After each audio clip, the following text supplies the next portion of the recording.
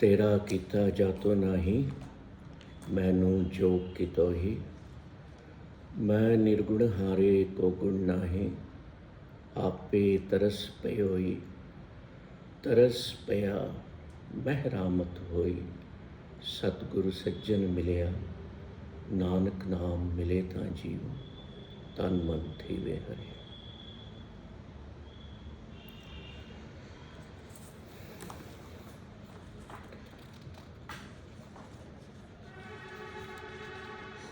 ईश्वर रोज हमें कुछ बोलते हैं पर हम सुनते नहीं हैं। एग्जिस्टेंस, अस्तित्व रोज हमें कुछ ना कुछ कह रहा है। Are we listening that? हम वो ही सुन रहे हैं या सुनते हैं जो हमें सुनाया जा रहा है, या फिर जो हमें अच्छा लगता है। तो ये चिट्ठी है ईश्वर की आपके नाम। इसको पढ़ना और इसको हमेशा रखना अपने पास। आपका मान लो घर में या ऑफिस में आपका पर्सनल टेबल हो, उसके ग्लास के नीचे या ऐसे बोर्ड पर पिनअप कर लेना। इसमें जो बातें ईश्वर ने आपके लिए लिखी है बड़ी काम की है। तो शैली, ये आपकी चिट्ठी है। शैलेश जी, नरेंद्र जी, परमानंद जी, सुनील जी, श्याम जी। अब हम आज का जो हमारा सेशन है, ये 10 क्लास की सीरीज़ है, जिसमें हम आपको एक कहानी के माध्यम से या घटना के माध्यम से जीवन और खुशी के सबक सिखाएंगे। अब देखिए, आप लोगों की उम्र भी, कई तो यहाँ बैठे हैं जिनकी मेरे से भी ज़्यादा है ना। कोई 2 लोग हैं वो मेरे से कम उम्र के हैं। तो आपको जीवन का बहुत अनुभव है और आपने बहुत कुछ सीखा भी है, पाया भी है ना? तो मैं जो बताने जाऊंगा, this will be based on higher wisdom.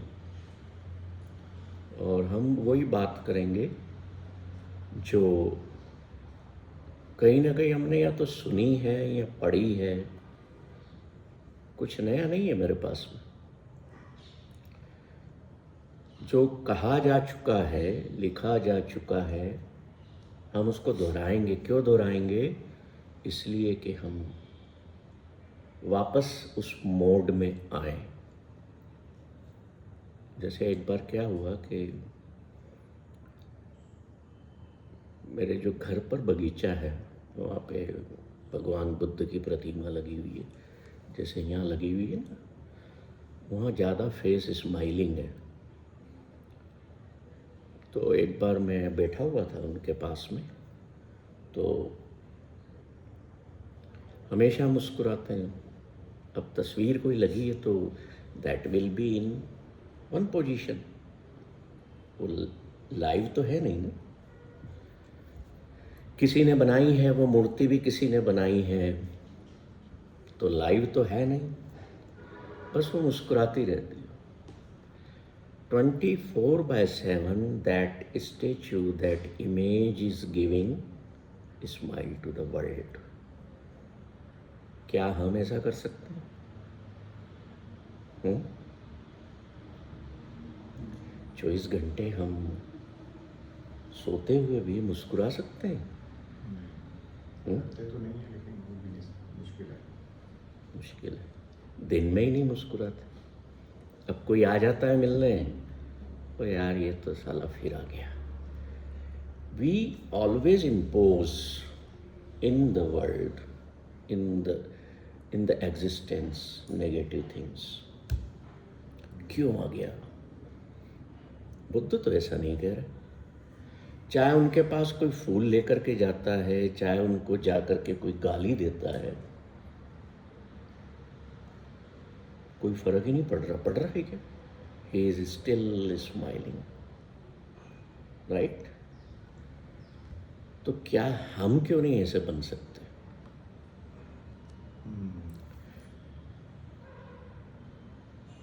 हम इसलिए ऐसे नहीं बन सकते कि वी आर, आप कहोगे कि हम तो जिंदा प्राणी हैं, हम इमोशनल हैं, हमारे पास माइंड है, हमारे पास सोचने की, विचारने की शक्ति है, हमारे पास ये शक्ति है कि हम पता लगा सकें कि क्या हमारे लिए सही है, क्या गलत है ना? तो हम तो ऐसा नहीं कर सकते। But when Buddha was alive, जब बुद्धा जीवित थे तब भी वो ऐसे ही थे। बुद्धा को एक गांव में किसी ने मिठाई दी, उन्होंने नहीं ली। अगले गांव में गए, वहां पे किसी ने गालियां दी, बोले निकल जाओ इस गांव से बाहर। निकल लिए, कुछ नहीं बोले। उनका जो सेवक था आनंदा, वो कहता है कि मिठाई दे रहा है कोई, आप नहीं ले रहे हो, इन्होंने गालियां दी, आपने जवाब भी नहीं दिया। बोले मैं कुछ नहीं लेता, क्योंकि अगर मैं लूंगा तो मेरा एक नया कर्म शुरू हो जाएगा जिसका निपटान मुझे करना पड़ेगा। अब मैं बुद्धा के पास बैठा हूं, वो मुस्कुरा रहे हैं, मैंने फूल दिया, रखा उनके आगे, एक प्यारा सा कश्मीरी गुलाब जो यहाँ भी लगे हुए हैं, पर उनकी मुस्कुराहट न बढ़ी न कम हुई। मतलब अप्रभावित, बाहरी दुनिया से, फ्रॉम द आउटर वर्ल्ड, उन पर कोई प्रभाव नहीं है। वो मुस्कुराहट कहाँ से है? भीतर से है, अपने स्वयं के भीतर, जिस पर बाहरी संसार का, बाहरी परिस्थितियों का, बाहरी सुख या दुख का कोई फर्क नहीं पड़ रहा। तो मैं बैठा बैठा बुद्ध से बोलता हूँ कि हे बुद्ध, मैं तुम्हारे पास रोज आकर के बैठता हूँ, बस तुम मुस्कुराते रहते हो, कुछ कहते क्यों नहीं? और ये मैंने पूछा और मैं भी मेडिटेशन में बैठ गया हूँ। जब आप इस तरह से किसी से अंतरंग होकर के बात करते हैं ना, तो धीरे धीरे आप ध्यान में चले जाओ। अब मुझे ऐसा लगा ध्यान में कि बुद्ध मुझसे कह रहे हैं कि देखो बच्चे, 2500 साल पहले मैंने जो कहना था वो कह दिया। अब अगर उसे तुम सुन सकते हो तो सुनो, मेरे से मत बोलो कि तुम बोलते क्यों नहीं। मैं बोल चुका, तुम्हें सुनना है तो उसे तुम सुनो जो मैं बोल चुका। तो चूंकि हम सुनने की बात कर रहे थे कि जो दुनिया हमें सुना रही है, जो आपके ऐप्स, आपके टीवी चैनल, आपके व्हाट्सएप आपको सुना रहे हैं, आप वो सुन रहे हैं। आप वो नहीं सुन रहे जो कहा जा चुका है एग्जिस्टेंस द्वारा, जो उपलब्ध है हमारे आसपास। तो बुद्ध ने क्या कहा कि मैं कह चुका, उसे सुन। मेरी आंखें खुल गई और वास्तव में मेरी आंखें भी खुल गई कि हाँ, जो बुद्ध ने कहा, जो महावीर ने कहा, जो गुरु नानक ने कहा, जो कृष्ण ने कहा, हम उसे तो सुनते ही नहीं हैं। हमें कुछ रोज नया चाहिए। दुनिया में लोग आजकल क्या कर रहे हैं? अपने गुरु भी बदल लेते हैं। अब इस गुरु के यहाँ मुझे मज़ा नहीं आ रहा, अब इस जगह पे मुझे मज़ा नहीं आ रहा, कोई मार्केट में नया गुरु आ गया है, सब वहाँ जा रहे हैं, चलो अपन भी वहाँ जाए.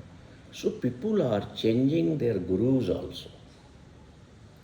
So the best way is to listen what was said thousands of years before. वो सत्य था, वो रियलिटी थी, ठीक है नहीं? और आज हम क्या कर रहे हैं इस विषय पर. अब मैं इतनी बात आप पर छोड़ता हूँ कि जब भी आपको समय मिले सोचिएगा, बैठ करके विचार करिएगा कि मैं क्या सुन रहा हूँ. मैं अगर दुनिया की ही सुन रहा हूँ तो क्या मैं उस अस्तित्व की आवाज़ को सुन रहा हूँ? बोल रहा है, पर मैंने अपने कान बंद किए हुए. संसार के लिए बंद नहीं किए. काय के लिए बंद किए? उस अनहद को, उस आवाज़ को, ईश्वर की आवाज़ को सुनने के लिए मैंने बंद किए, क्योंकि मुझे उसमें मज़ा नहीं आता. मुझे लगता है क्या है, दुनिया में आए हैं, मज़े करो, पर ईश्वर ने थोड़ी रोका है आपको कि मज़े मत करो दुनिया में. भेजा उसी ने है ना?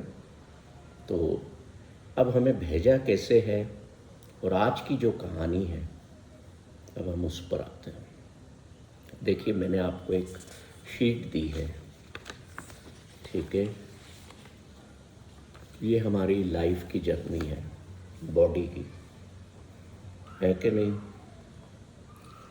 आज हम बात करेंगे इस जर्नी में, मदर्स वॉर्म में हमारी लाइफ, माँ के गर्भ में हमारा जीवन कैसा था, क्यों एंटर हुए हम. आप में से किसी को याद है अपने माँ के गर्भ में आपका जीवन आपको याद है? नहीं. इसमें एक तो ये निशान लगाइए कि आप अभी किस अवस्था में हैं.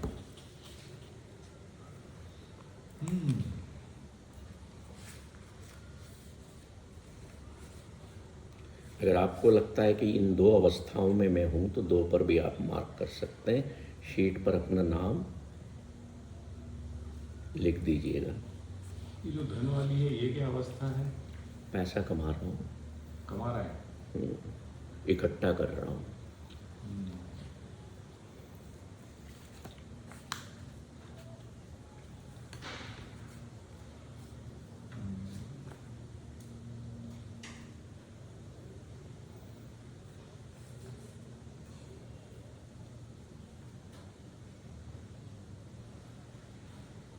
शीट को देख करके या इन अवस्थाओं को देख करके आपको कुछ ऐसा अजीब सा लगा, या कुछ ऐसा लगा कि कुछ फीलिंग आई मन में? ये है कि हर कोई इसी अवस्था से गुजरता है, यही पूरी लाइफ सबकी यही है. और सोचिए. पहले तो ये बताइए आप कहाँ हैं इसमें? हम तो नीचे से जो नीचे वाली लाइन में तीसरा, धन के बाद वाली. आप कहाँ हैं? कहाँ पर? तो हम भी रहे हैं. अच्छा, ये दो पर है. उसके आगे वाला तो ये है. अभी लाठी नहीं है, ये लाठी नहीं है. अभी लाठी नहीं है. शरीन साहब, आप कहाँ दिख रहे हैं इसमें? आप कहाँ देखते हैं? वही है, थर्ड. श्याम जी, आप? फर्स्ट सेकंड लाइन में, फर्स्ट एंड सेकंड स्टेप में. सेकंड लाइन में, फर्स्ट एंड सेकंड. शैली, आप कहाँ हैं? सर फर्स्ट टाइम सबसे लास्ट वाला, डिग्री ले ली है. डिग्री ले ली. रुचि, आप कहाँ हो? सर डिग्री के बाद जॉब. डिग्री के बाद जॉब. सूद सर, आपकी पोजीशन कहाँ पर है? नीचे से 5 के बाद. अच्छा, सेकंड लाइन में पांचवा, सेकंड लाइन बीच का. ठीक है. हाँ, अभी आपके हाथ में छड़ी नहीं आई है ना? छड़ी लाट सबके हाथ में आ गई है। ठीक है, ये क्या है, देखिए ये क्यों मैंने दिया आपको, या हम कई लोगों को देते हैं, उनको कहते हैं इसको लगा लेना घर पे, है ना। जैसे कई चीज़ें आपके घरों में, अब महिलाएं क्या करती, कोई काम की चीज़ होती है तो अपने रसोई के फ्रिज पर चिपका देती हैं, होता है ना ऐसा। या कोई अच्छा मैसेज मिला, या गुरु की तस्वीर हुई, या कुछ भी हुआ, मंदिर की फ़ोटो, स्टिकर हुआ, ये हमें हर पल याद दिलाता है कि मेरा जो जीवन काल है वो आगे बढ़ रहा है, मेरी श्वासें कम हो रही हैं, मेरी जो शरीर है वो रोज इरोड हो रहा है, घिस रहा है, या रोज कह लो कि रोज धीरे धीरे मर रहा है, क्योंकि जन्म लेने के बाद क्या बचता है, मृत्यु बचती है। तो आज हम बात करेंगे मदर्स वूम की, गर्भकाल की, जिसे हम कहते हैं जन्म काल। दो काल होते हैं हमारे, दो टाइम होते हैं, एक होता है जन्म काल और एक होता है जीवन काल। जन्म काल उसे कहते हैं कि जब हम माँ के गर्भ में प्रवेश करते हैं, या ये कह लीजिए कि माँ कंसीव हो जाती है, उसे जन्म काल कहते हैं। जिस दिन हम कंसीव हुए माँ की गर्भ में, वो हमारा जन्मदिन होता है। पर हम जन्मदिन किसको कहते हैं? जब हम संसार में आते हैं, तो संसार में हम जन्मदिन उसको मनाते हैं जब हम दुनिया में आते हैं। पर 8 महीने 9 महीने पहले हमारा जन्म हो चुका है। जब हम कंसीव हुए, that is a mystery and we can not know the date and time of conception. हमें वो एक जीवन का रहस्य है कि आप माँ के गर्भ में कितने बजे प्रवेश किए। वास्तव में आपकी जो जन्म कुंडली बनना चाहिए वो वहाँ से बनना चाहिए, पर एस्ट्रोलॉजर आपकी जन्म कुंडली कहाँ से बनाते हैं? कितनी बजे आप पैदा हुए, तो इंटेंशनली मतलब डेट पहले लेके बेटा कर देते हैं। हाँ, तो पर हम वास्तव में जन्म कुंडली अपनी बना नहीं सकते, क्योंकि we don't know the exact time कि हम माँ के गर्भ में कब प्रवेश हुए। So today we are talking on this, the life in mother's womb. अब देखिए, आप जब माँ के गर्भ में कंसीव होते हैं, साइंस, चूँकि हम स्पिरिचुअलिटी की बात करते हैं तो कहीं कहीं मैं आपको साइंस से भी बीच बीच में जोड़ता हूँ। मामा जी ये जरा फैन का बटन ऑन कर देना, थैंक यू। साइंस ये कहती है कि जब माता पिता का संसर्ग होता है, यूनियन होता है, तो पिता के उसमें से थाउजेंड्स ऑफ स्पर्म्स निकलते हैं जो माँ के गर्भ में मौजूद अंडे की ओर, एग की ओर तेजी से दौड़ते हैं। जो पहले पहुंच जाता है, जो स्पर्म सबसे ज़्यादा तेज स्पीड में जा करके पहुंच जाता है, एग उसको अपने में ले लेता है और एग जो है, अंडा जो है वो बंद हो जाता है। अब मान लीजिए 2 स्पर्म एक साथ चले गए तो कहते हैं ना, हम जुड़वा हुआ किसी के, है ना, तो उनके जुड़वा हो जाता है। बाकी के जो स्पर्म बचे हैं वो विदिन 2 आवर्स दे डाई। 2 घंटे का स्पर्म का जीवन होता है। तो बड़ी इंटरेस्टिंग बात है कि ये जो स्पर्म है, इसकी हम आपको प्रैक्टिस भी करवाएंगे, एक पीस वार्म करके मेडिटेशन करवाएंगे बाद में एंड में। 100 मिलियन स्पर्म एक पुरुष एक बार में रिलीज करता है, ठीक है, फीमेल बॉडी में। और उनमें से कितने सक्सेस होते हैं? बाकी के 2 घंटे के बाद स्वतः ही फिनिश हो जाता है। और अब मान लीजिए किसी व्यक्ति की हाइट 6 फीट है। एग्जाम्पल के तौर पे जिन लोगों ने, वैज्ञानिकों ने रिसर्च की कि उस स्पर्म की स्पीड क्या होती है या कितनी यात्रा करके वो एग तक पहुंचता है।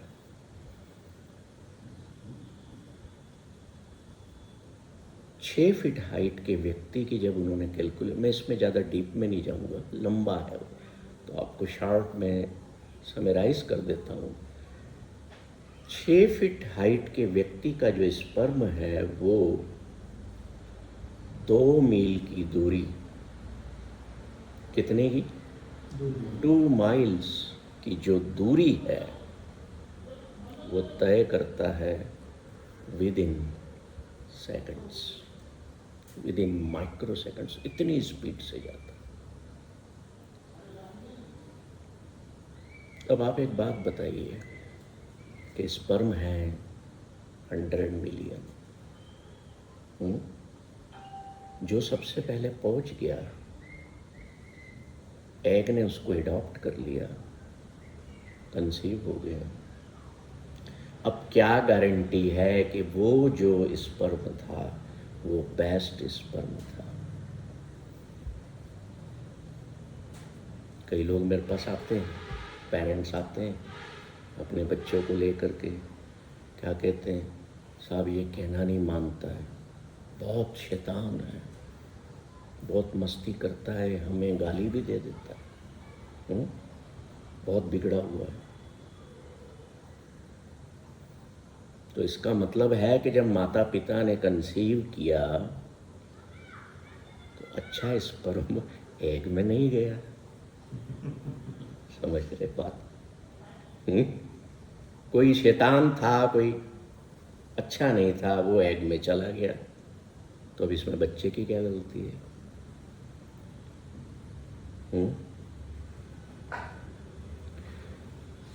रोज बुद्ध क्यों नहीं पैदा होते दुनिया में? नानक क्यों नहीं पैदा हो रहे? क्यों नहीं महावीर आ रहे बार बार? ऐसे लोग क्यों नहीं पैदा हो रहे?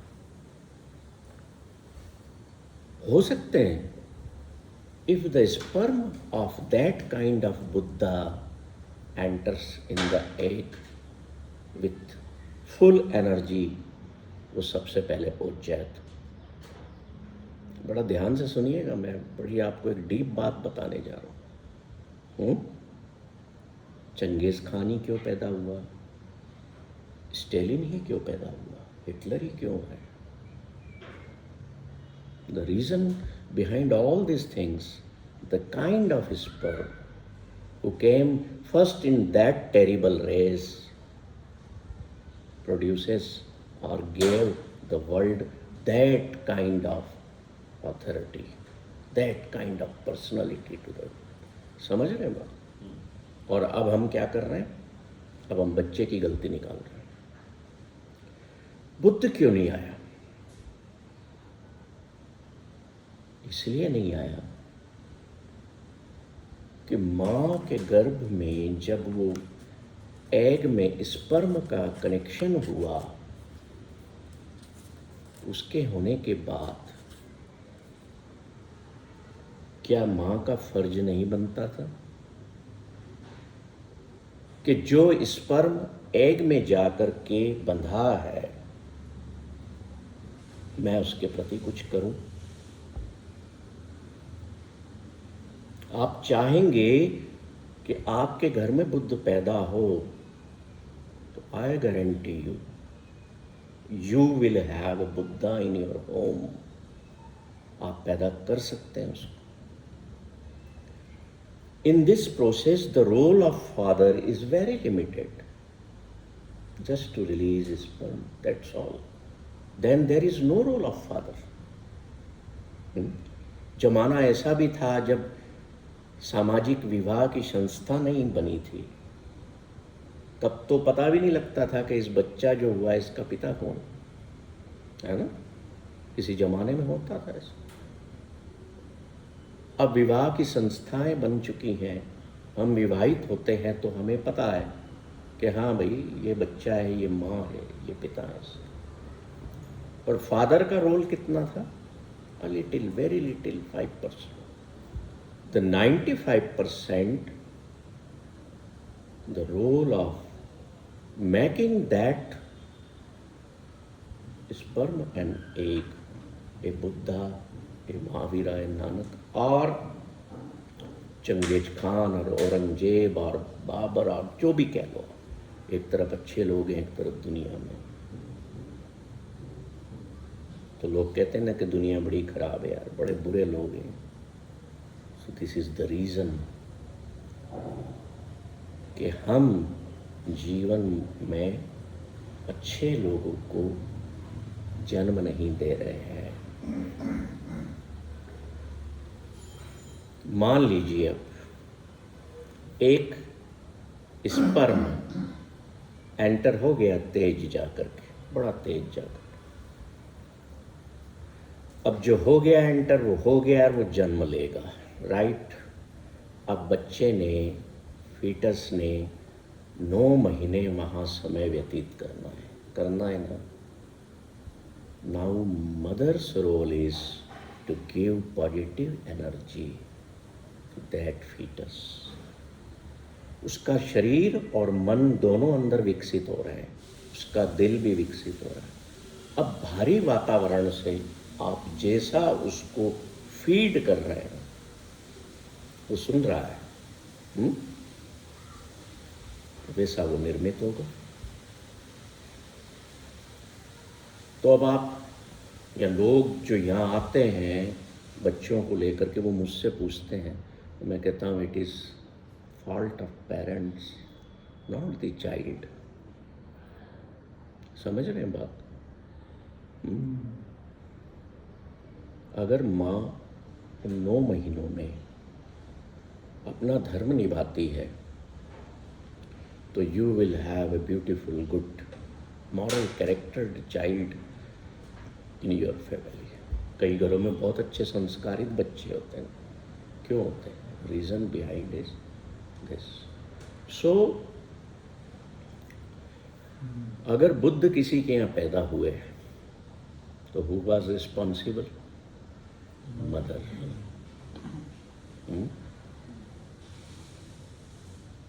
नानक पैदा हुए, हु वाज रिस्पॉन्सिबल? और अगर दूसरी तरफ हम देखें, चंगेज खान पैदा हुए,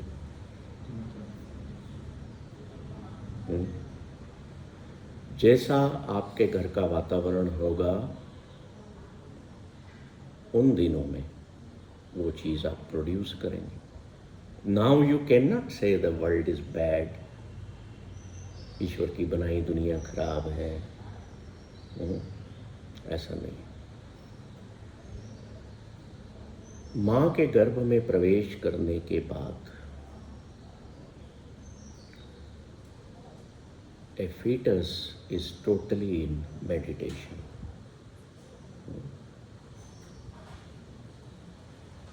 आंखें बंद हैं।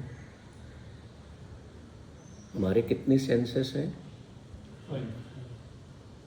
ये बताइए, क्या 5 इंद्रियां गर्भ में काम कर रही हैं? ना गर्भ में बच्चा टेस्ट करता है, ना आंखों से देख रहा है, ना ही वो कुछ सुन रहा है, ना ही वो स्पर्श कर रहा है, राइट। हो गई 5 के, कोई बची? 5 सेंसेस पूरे, बच्चा कुछ भी नहीं कर रहा है। समझिएगा इस बात। अगर बच्चा लाइफ में है माँ के गर्भ में और उसकी 5 की 5 सेंसेस निष्क्रिय हैं, तो that is the process of meditation, the real meditation, the total peace of mind, because there is no mind. समझ रहे? न समझ में आए तो पूछ लीजिए। क्या समझे सिसोदिया जी, बताइए। ये पांचों इंद्रिय काम में हम टोटल ध्यान की अवस्था में होते हैं। क्यों है ध्यान की अवस्था में? ध्यान में इन्हीं से कटते हैं, इन्हीं से कटते हैं, ध्यान में इन्हीं से कटते है ना। सर ध्यान करने जाते हैं, आज गए नहीं, तो आज मेरे यहाँ आ गए कि मैं आपके साथ चलूँ। मैंने इनसे कल सुबह वॉक में मुझे मिल गए, तो मैंने पूछा सर ध्यान क्या होता है? तो सर ने मुझे कुछ बताया। मैंने कहा चलो मैं भी आंसर दूंगा आपको इसका। पहली बात तो ध्यान कर किया नहीं जाता, होता है ना। दूसरा, ध्यान वो अवस्था है जब हमारी पांचों इंद्रियां, all the 5 senses goes silent, become passive, not in active mode. न मैं सुन रहा हूँ, न मैं बोल रहा हूँ, न मैं किसी चीज़ को टेस्ट कर रहा हूँ, न मैं किसी चीज़ को टच कर रहा हूँ, न मैं किसी चीज़ को स्मेल कर रहा हूँ। अगर ये पांचों इंद्रियां अपना काम बंद कर दें तो you will be in total meditation, total the feeling of eternity. और उसके लिए जरूरी है to feel the essence of total eternity, हम वापस से माँ के गर्भ में प्रवेश कर जाएं। चाहे हमारी उम्र 50 वर्ष से 60 वर्ष के हैं या 7 फीट लंबे हैं। अब आप हंसोगे मेरे पे कि मेरी लंबाई 6 फीट है, मैं कैसे माँ के गर्भ में जा सकता हूँ? तो ये हम आपको बाद में करवाएंगे प्रैक्टिस में। अब इस बात को आपने समझ लिए, क्लियर है? कोई प्रश्न तो नहीं है? समझ में आ रहा है? थोड़े जो पहले हमने, आप में से कुछ लोग पहले की क्लासेस में भी थे, वहाँ से इसका थोड़ा सा विजडम का लेवल बढ़ा है ना, क्योंकि वहाँ पर कुछ चीज़ें बेसिक भी थी। तो न समझ में आए तो यू कैन आस्क। अब आप माँ के गर्भ में हैं, उल्टे लटके हुए हैं, पहले आधा इंची चैम्बर में हैं आप, धीरे धीरे आपकी साइज़ बढ़ रही है तो चैम्बर की साइज़ बढ़ती जा रही है। एक कॉर्ड है जो माँ से कनेक्टेड आपको रखे हुए, जहाँ से आपको सारा नोरिशमेंट मिलता है, राइट? मिल रहा है ना? आप बेफिक्र हैं, किसी तरह का तनाव है वहाँ उस कमरे में आपको है क्या? कोई पॉजिटिविटी या कोई नेगेटिविटी या कोई चिंता या पैसा कमाना, घर की साफ सफाई या जो भी दुनियादारी के काम है, डू यू हैव फीलिंग कि मुझे ये करना है क्या? नहीं है। देखो ये मैं जो बातें कह रहा हूँ याद रखना, अभी थोड़ी देर में आपके सामने अपने आप खड़ी हो जाएंगी। I will ask. नहीं है ना? वहाँ मेरी इंद्रियां भी काम नहीं कर रही, मेरी कोई इच्छाएं भी नहीं है, मेरी डिज़ायर्स भी नहीं है, किसी से एक्सपेक्टेशंस भी नहीं है। I M in total meditation, irrespective of कि मैं उल्टा पड़ा हूँ। मैं किससे जुड़ा हुआ हूँ? ईश्वर से मेरा डायरेक्ट कनेक्शन है। I am connected with divine there, who is taking care of myself। वहाँ की जो आपकी हृदय की गति है वो भी बड़ी मध्यम है। अभी हम श्वास ले रहे हैं तो 1 मिनट में कितनी श्वास ले रहे होंगे आप? मान लो 20 ले रहे होंगे, 15 ले रहे होंगे। एक नॉर्मल ह्यूमन बीइंग 1 मिनट में 15-16 श्वास लेता है। जिसके अंदर कोई रोग होता है उसकी श्वास की गति थोड़ी तेज होती है। और जितनी कम होती है उतनी हमें भूख कम लगती है, हमें कम ऊर्जा का ज़रूरत पड़ती है। जैसे जो मिस्टिक लोग होते हैं उनकी जो श्वास लेने की प्रक्रिया होती है वो 10 के अंदर होती है। गुरु नानक की 2 से 3 थी, इसलिए वो महीनों महीनों कुछ खाते भी नहीं थे। They get the energy from the sun. आपके यहाँ संत महापुरुष अगर उच्च हायर विजडम वाले आते हैं तो आप देखिए वो एक चपाती लेंगे या आधी लेंगे, बस हो गया मेरा। क्यों भाई, उनको भूख क्यों नहीं लगे? They are in that kind of living process जहाँ पर उनकी हृदय की जो श्वास लेने की जो गति है वो बहुत कम है। और जिनकी श्वास लेने की गति कम होती है वो संसार में ज़्यादा जीवन जीते। क्यों? क्योंकि ईश्वर ने हम सबको नंबर ऑफ ब्रेथ्स दे करके भेजा है, नॉट द डेज और ईयर्स, राइट? तो हम कहाँ थे? माँ के गर्भ में थे। अब आप माँ के गर्भ में उल्टे पड़े हैं और आप ईश्वर से कनेक्टेड हैं। 9 महीने हो रहे हैं। Now the god which allows you to enter the womb of mother, किसने भेजा था? ईश्वर ने भेजा, तभी आप वहाँ आ पाए। नहीं तो आप देखिए कितने लोगों की शादी होती है, विवाह के 10-10 साल तक बच्चा नहीं होता, चाहे वो कितनी बार कोशिश कर। क्यों नहीं होता? आप कह देते हैं, डॉक्टर कह देते हैं there is some fault. No, ईश्वर has not allowed to enter any kind of soul in your womb, right? जब एग्जिस्टेंस हमें कॉल करता है, डिवाइन पावर या लाइफ सोर्स हमें कॉल करता है, तो ही हम ब्रह्मांड को छोड़ करके मदर के वूम में एंटर होते हैं। हम एक डस्ट पार्टिकल के रूप में इस ब्रह्मांड में भ्रमण कर रहे हैं। द सोल नेवर डाइज, पता है आप सबको?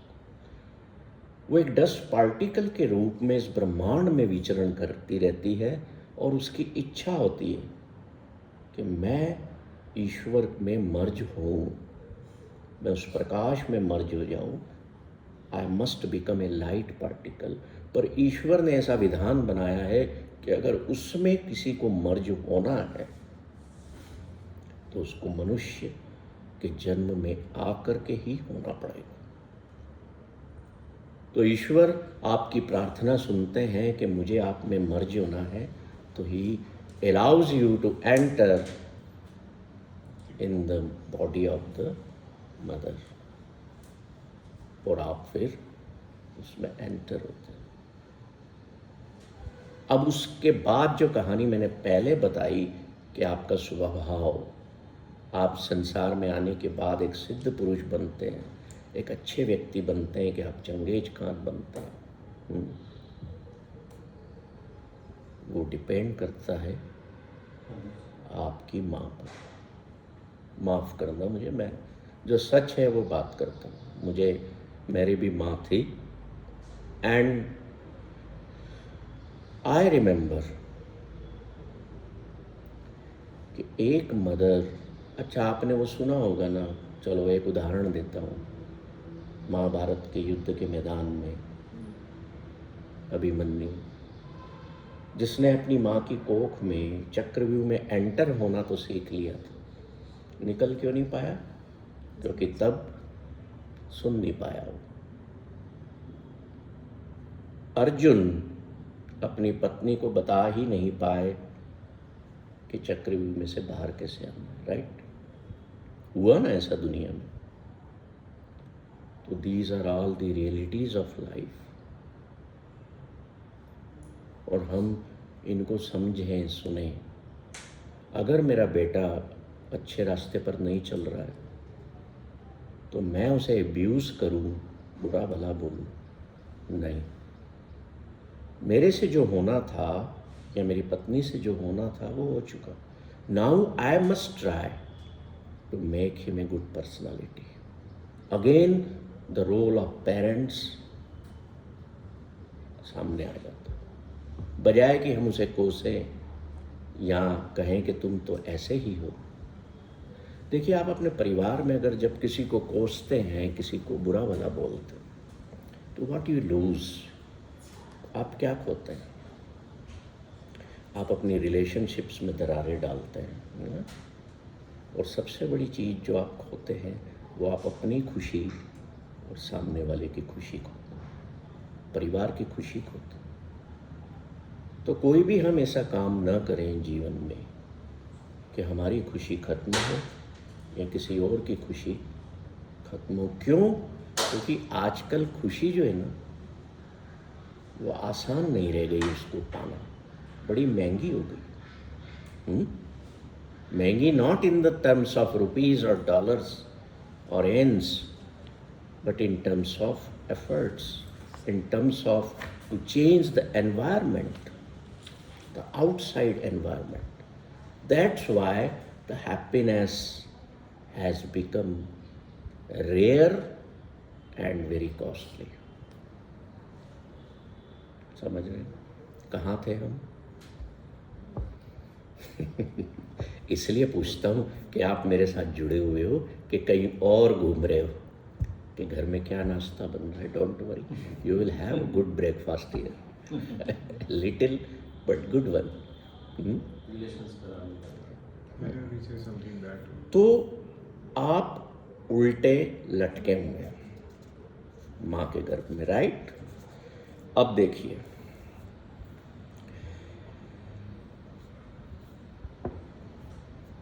अगर आपका समय आ रहा है धीरे धीरे अब संसार में आने का, आना तो है, पढ़े तो नहीं रहोगे.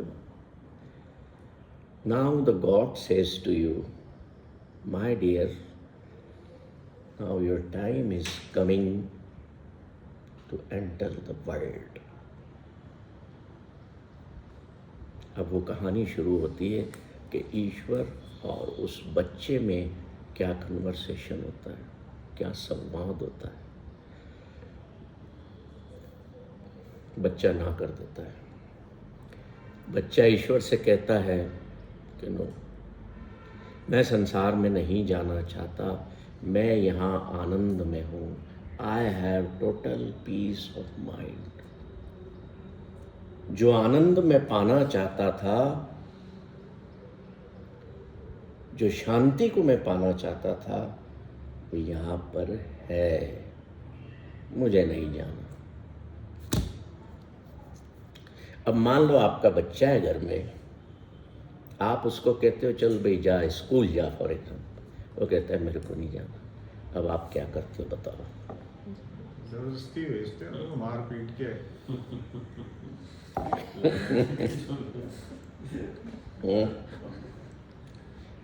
पिटाई भी होती है, पहले समझाते हो, लालच देते हो कि तेरे को चॉकलेट देंगे, तेरे को हम उल्टा लटका देंगे, न गया तो खाने को नहीं देंगे, है ना? ऐसा करते हो ना. तो वो पिता अब क्या करेगा?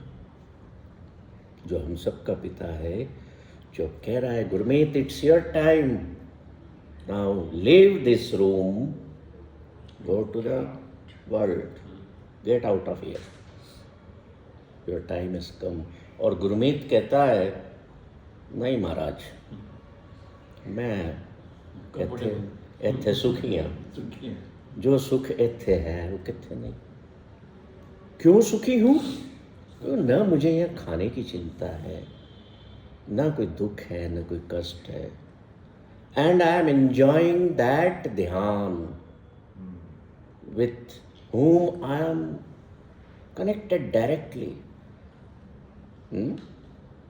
मेरा यहाँ पे माँ के गर्भ में जो वाईफाई सिस्टम है वो पूरा मजबूत है, पूरा काम कर रहा है, कभी बंद नहीं होता है ना.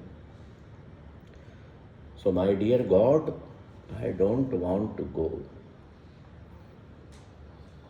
तो ईश्वर कहते हैं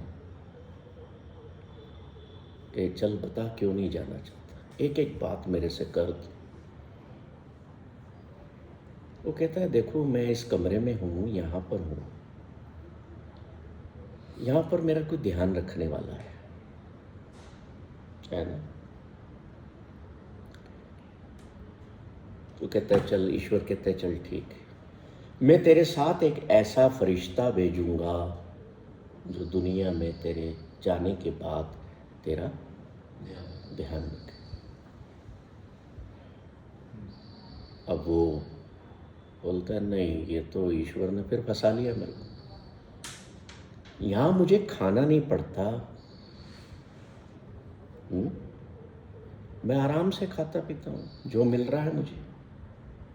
वहाँ जाऊँगा, वहाँ दुखी होऊंगा, वैरायटीज़ हैं बहुत सारी, एक चीज़ मिलेगी दूसरी के लिए सोचूंगा, कह रहे उसकी थाली में अच्छा खाना है, नहीं नहीं मैं तो बाबा जी यहीं सुख।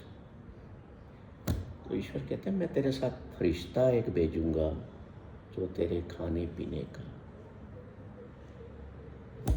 ध्यान रखेगा, तेरी केयर करेगा, तुझे संभालेगा। वो कहता है भाई ये तो मान ही नहीं रहा, पीछे ही पड़ गया है मेरे के तुझे स्कूल जाना है। वो अगला प्रश्न करता है, फीटस बच्चा जो अंदर शिशु जन्म ले चुका है, बड़ा हो चुका है, जिसका बाहर आने का समय हो गया है, वो कहता है नहीं, दुनिया में ना बहुत बुरे लोग होते हैं, मारते हैं, काट डालते हैं, गाली देते हैं,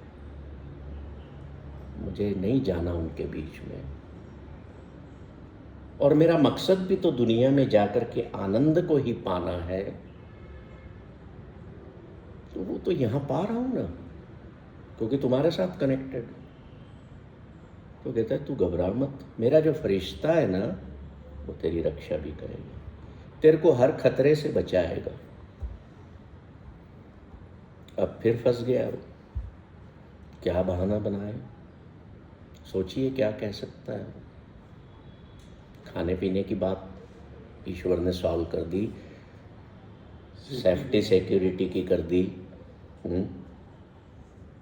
और क्या बचा है, केयर की भी कर दी। वो कहता है कि नहीं, संसार में अब मेरी इच्छा नहीं जाने की, क्योंकि वहाँ पे ना तो प्रेम बचा है रिश्तों में, आपस में, दुनिया के लोगों में, न करुणा बसती है। क्या करूं? ईश्वर कहते हैं मेरा जो फरिश्ता है ना, जो मैं तेरे साथ भेजूंगा, वो प्रेम का ही रूप होगा, उससे ज़्यादा करुणा किसी में दुनिया में होगी नहीं और ना होती है। अब बोल, जब मैंने तेरी सारी प्रॉब्लम सॉल्व कर दी, मतलब आपने अपने बच्चे को चॉकलेट्स भी दे दी, साइकिल भी दिला दी, दोस्तों के लिए भी सामान दिलवा दिया, स्कूल के बैग भी अच्छा दिलवा दिया, अब बच्चे तो स्कूल क्यों नहीं जाते? अगर इस चीज़ की तुलना वहाँ से करें तो क्या कहेगा वो, बताइए। अब क्या बहाना बचा है, सोच सकते हो?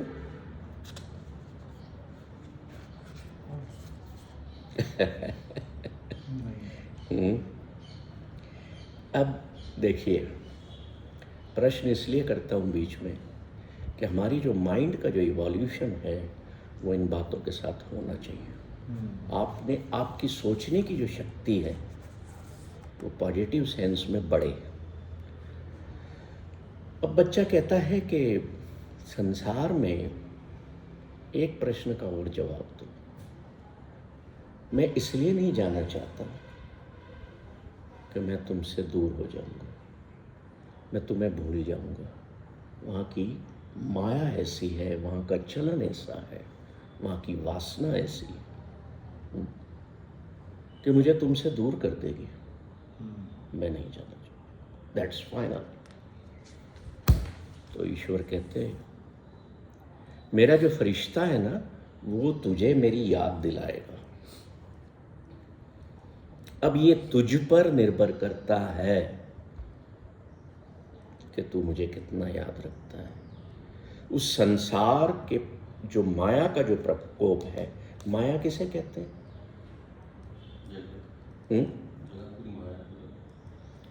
किसे ये हर चीज को माया ही बोलेंगे। फैसिलिटीज माया का खाना पीना पैसा सब। गुरु नानक कहते हैं कि माया वो है, हर वो चीज़, हर वो शय, हर वो वस्तु, चाहे वो आपका परिवार हो, आपका पैसा, आपका कामकाज, सांसारिक क्रिया कोई भी ऐसी जो आपको ईश्वर से दूर करे, वो माया है। पर विडंबना ये है कि माया की रचना भी ईश्वर ने स्वयं की है ना, आपको परखने के लिए हम सबको, कि आप संसार में रहते हैं तो किसके प्रभाव में रहते हैं। तो कहता है, हाँ जी बोलिए। सॉरी ना, नहीं नहीं बोलिए। फिर हम कहते हैं कि ये ईश्वर की माया है, हाँ, तो वो माया अलग हो गई, मतलब हाँ, माया तो वही हुई ना, माया वही हुई। दिमाग अपना कि क्या कैसे जाना। जब ईश्वर कुछ चमत्कार करता है तो हम कहते हैं ईश्वर की माया है। Everything is his, everything is his, है ना। तो हम कहते हैं कि ईश्वर ये तेरा बनाया हुआ है, कोई उसको कह देता है ये तेरी माया है, मुसलमान लोग कह देते हैं ये उसी का कर्म है ना। तो बातें सब एक ही हैं। अब उस बच्चे को बाहर आना है, क्योंकि उस सारे प्रश्नों के जवाब पा चुका है। बच्चा गर्भ काल में, जिसे हम जीवन काल कहते हैं, जन्म काल कहते हैं, हमेशा सोया रहता है, सोया रहता है।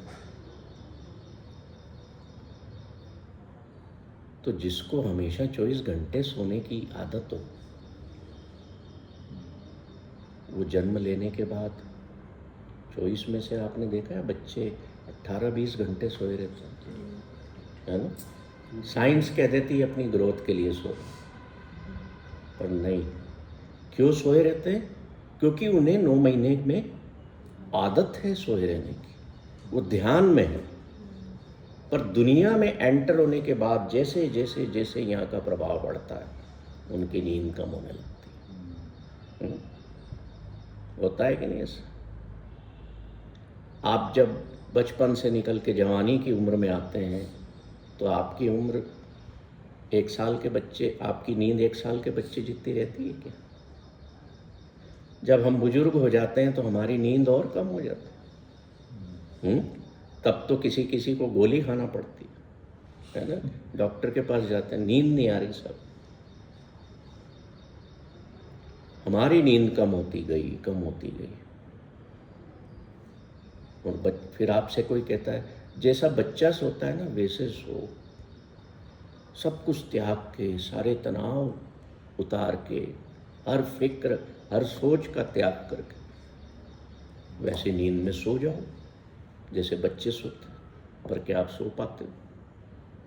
नींद में भी धंधे की परेशानियां, घर की परेशानियां सारी चलती रहती हैं, हम सो नहीं पाते। तो जब बच्चा जीवन काल में आता है माँ के गर्भ के बाहर, तो सबसे पहले क्या किया जाता है? उसकी गर्भनाल